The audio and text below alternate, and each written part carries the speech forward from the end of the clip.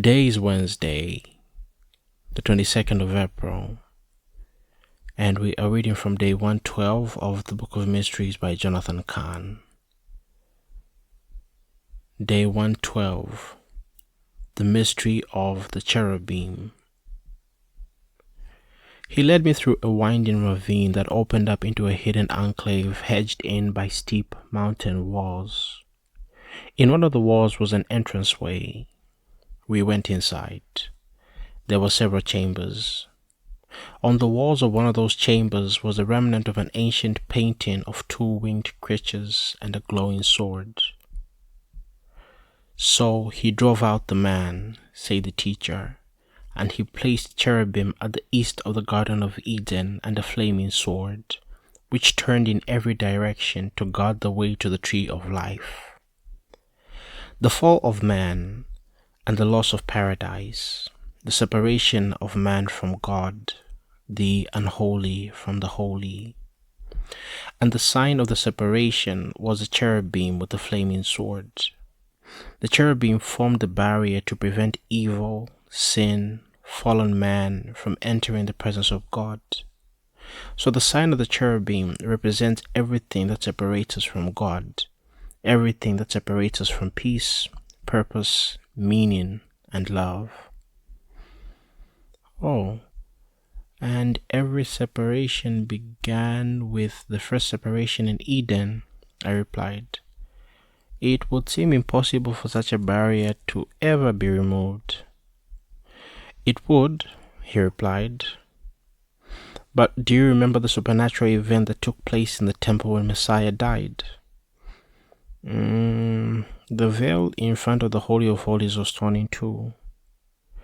Yes, the parashet, the colossal barrier that separated man from God, torn apart from top to bottom.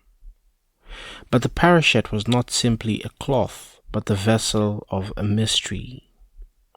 You see, embroidered on its fabric were images of the cherubim, the Garden of Eden, still guarding the way back to God and the barrier separating man from God.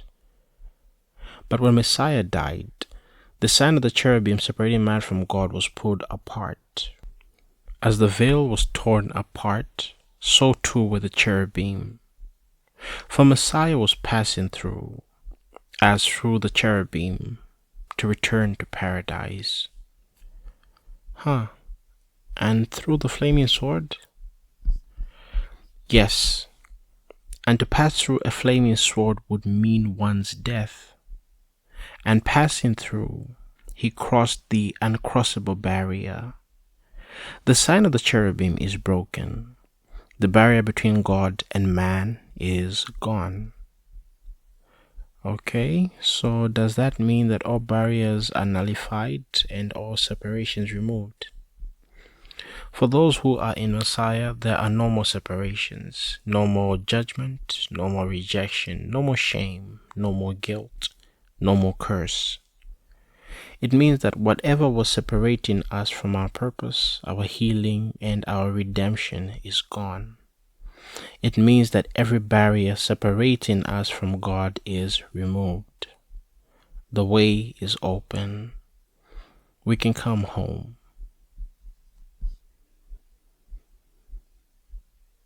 The mission. In Messiah, all barriers are gone. Move forward this day in that power, through every veil, wall, separation, hindrance, and cherubim.